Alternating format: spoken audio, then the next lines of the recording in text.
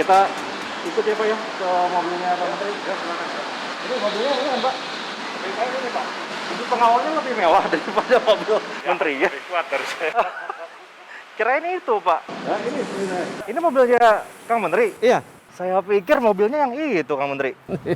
Yang di depan kayaknya lebih mewah. Itu mobil pengawal. Mobil pengawal. Lebih enak jadi pengawalnya Kang Menteri ya daripada jadi menterinya. Ini juga bagus ya. Tapi kan mobil Menteri itu fasilitasnya kan kalau nggak salah ya mewah lah Kang Menteri. Kenapa kok jadi pilih mobil Innova Kang? Maksudnya mobil ini gitu. Kenapa Kang? Ceritanya gimana Kang? Ya ini mobil udah bagus ya. Tapi kan bisa lebih bagus. Saya nyaman juga. Ya cuma ya saya tuh ada dua hal lah ya. Saya tuh kan selalu berpikir bahwa setelah jadi menteri itu bukan menteri. Saya nggak boleh kemudian Waduh dalam ini Pak. jadi gaya hidup saya berubah, saya nggak bisa balik lagi. Nah, Oke.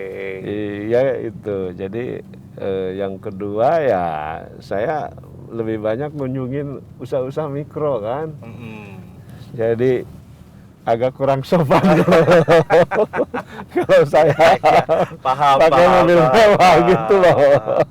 Tapi saya kaget juga ya, soalnya kan saya pernah juga wawancara beberapa menteri gitu, Kang Menteri. Terus saya pikir ya mobil menteri gitu loh. Oh, memang ini mobilnya Kang ya, sehari-hari nih. Jadi Sehari ini mobil ya, dinas selama ini pakainya mobil Kijang. Kijang. Sejak dari awal saya hanya sekali-kali pakai mobil dinas menteri yang Crown gitu. Tapi saya selalu nggak nyaman pakai itu, kayak ini bukan dunia saya, bukan gaya hidup saya gitu loh. Jadi memilih menggunakan ini aja ya Kang ya. Ya ini kan tangguh juga, bisa Iya, ke semua medan. pasti. Ya memang bukan tentang tanggung nggak tanggungnya sih, tapi ini ya kaget aja Kang saya. Kaget aja. Waduh, ternyata mobilnya ini. Tapi ya Yang lucu tuh sering tuh kalau saya kedatang satu tempat, menyambutnya cari mobil yang mewah padahal saya yang pengawal yang disambut jangan-jangan. Ini menterinya yang mana? Tapi ini nggak pernah jadi obrolan sesama menteri gitu. Pak Teten kok pakai mobilnya ini gitu. Pernah nggak Pak kayak gitu? enggak lah, Enggak, mungkin ya. kan normal Pilihan aja, masing-masing. pilihan masing-masing. Ya, cuma kadang-kadang saya kalau ke daerah tuh ada pemerintah daerah, misalnya Pak Gubernur gitu, Ya. nyiapin Alphard gitu kan. Nah, udah kalau gitu gimana tuh? Nah, saya udah pasti saya marahin ajudan saya kan, kenapa nggak diomongin juga.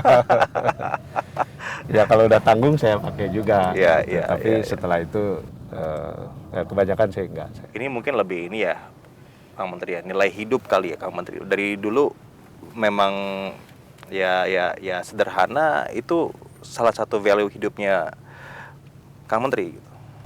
Ya sih pengen juga sih punya barang mewah. Cuma kan saya nggak mampu. Oh masa nggak mampu sih? Masa nggak mampu?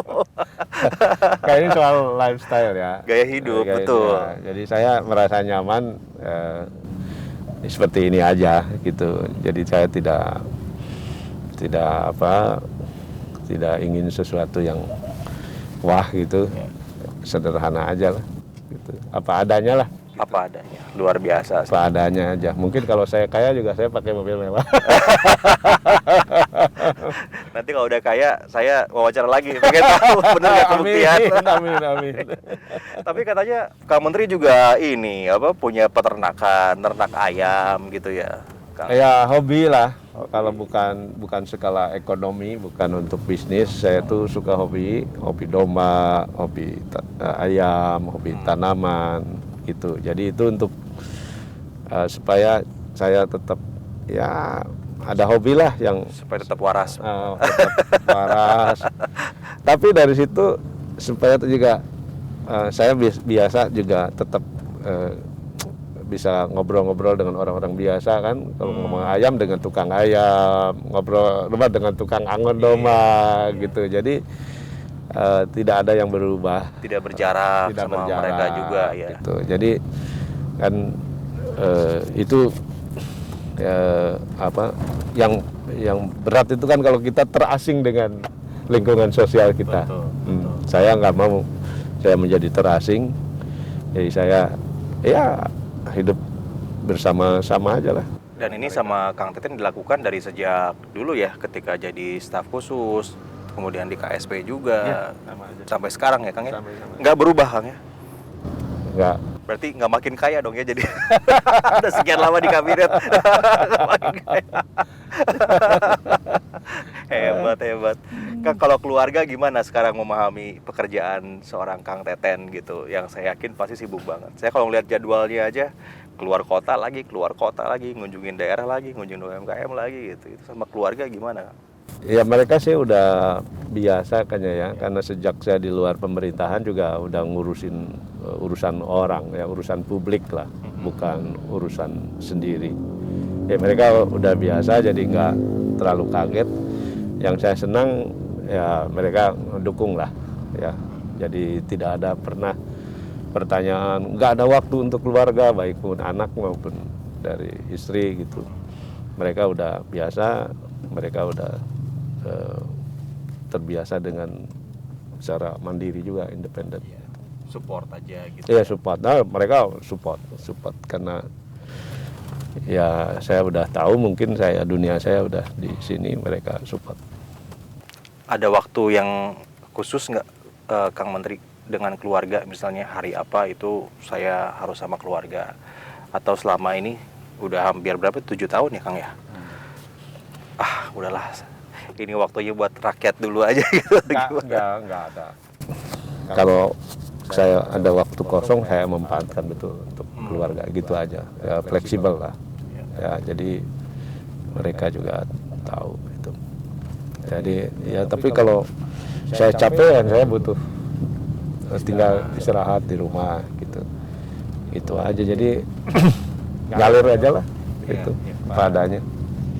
Ini masih lama ya Kang ya, bisa 2024 tuh berarti sekitar hampir 3 tahun ya Kang ya. Masih panjang nih jalan nih Kang Menteri, masih kuat gak? Dengan semua pressure apa ya yang sekarang dihadapin, apalagi ya di UMKM ya Kang ya. Ya mudah-mudahan lah kita bisa survive ya, karena saya kira perkembangannya jauh lebih baik ya. Kita tahu lah sekarang UMKM kan tumpuan ekonomi ya. Nah, yang gede-gede biasanya kan kalau dalam situasi ekonomi global nasional sedang landai seperti sekarang, mereka nahan investasi, nahan ekspansi bisnis. UMKM kan nggak bisa. Karena terkait langsung dengan periuk nasi keluarga. Nah ini maka dari waktu ke waktu, dari krisis ke krisis kan memang UMKM dinamisator ekonomi ketika ekonomi sedang lesu.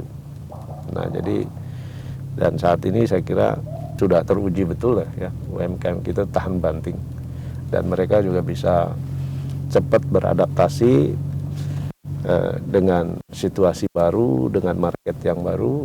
Mereka banting setir, dengan juga mereka mulai masuk ke digital juga, karena udah sangat cepat ya, perkembangannya hampir naik 105%. 105%. UMKM kita yang onboarding di platform digital. Berapa tahun itu, Kang?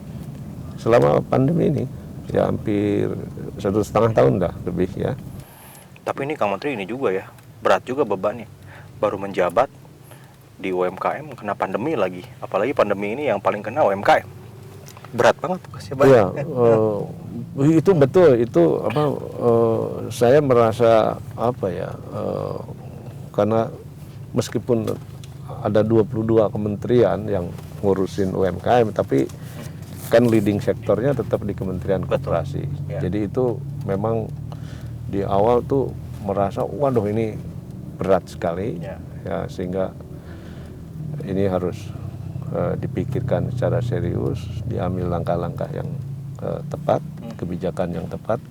Karena alhamdulillah nih dengan program pemulihan ekonomi nasional dinilai juga oleh lembaga-lembaga multilateral, program pemulihan ekonomi nasional untuk UMKM itu dianggap tepat, ya paling pas dan menjawab masalah yang dihadapi UMKM seperti misalnya masalah pembiayaan, ya masalah market, ya pasar, permintaan pasar, sehingga UMKM kita masih bisa survive. Bahkan kemarin itu sebelum PPKM sebenarnya kalau lihat data dari Mandiri Institute itu 85% UMKM kita udah kembali normal. Nah, memang kemudian agak melandai lagi setelah waktu kita masuk PPKM level 4 yang kalau COVID-nya tinggi, yaitu ada pengetatan kegiatan sosial sama kegiatan usaha kan.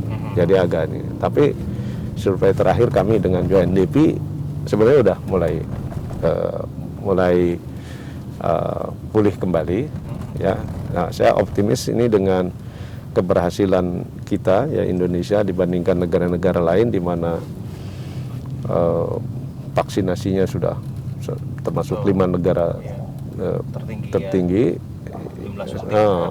Optimis nih kegiatan sosial, kegiatan ekonomi bisa mulai hidup kembali sehingga ekonomi juga saya kira kita pengen ekonominya makin membaik lah buat UMKM, Kang Menteri. Tapi ngomong-ngomong kalau di mobil, Kang Menteri itu dengerin lagunya lagu apa? Ya, saya biasanya dengerin rock. Oh, dengerin rock. Klasik rock. Bisa ini nggak di play nggak, Mas? Boleh. Lagunya Kang Menteri coba, pengen denger kita. Coba lagunya Deep Purple. Wih, serem. Serem. Ini ya Mas ya? Iya, suaranya aja. Wah, ini mah musiknya. Enak kan? Kalau lelah-lelah kan jadi Kita cari liriknya, Kang. Cari liriknya, Kang. Pasti ada liriknya nih. Oh, ini.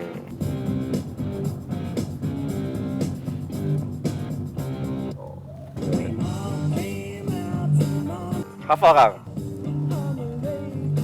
itu susah lagunya. Saya suka menikmati. So baby girls with a mobile, we didn't have much time.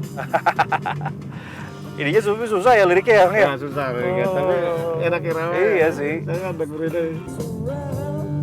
Saya ingat saya pernah wawancara Pak Presiden juga, di mobilnya rock juga sama. Metallica kalau Metallica, ya. betul. Wah, ini nggak presiden, nggak menteri sama nih, doyannya rock. Kenapa suka rock, Pak Menteri? Rock tuh apa ya? Bikin kita ini energik ya. Itu aja, seneng deh.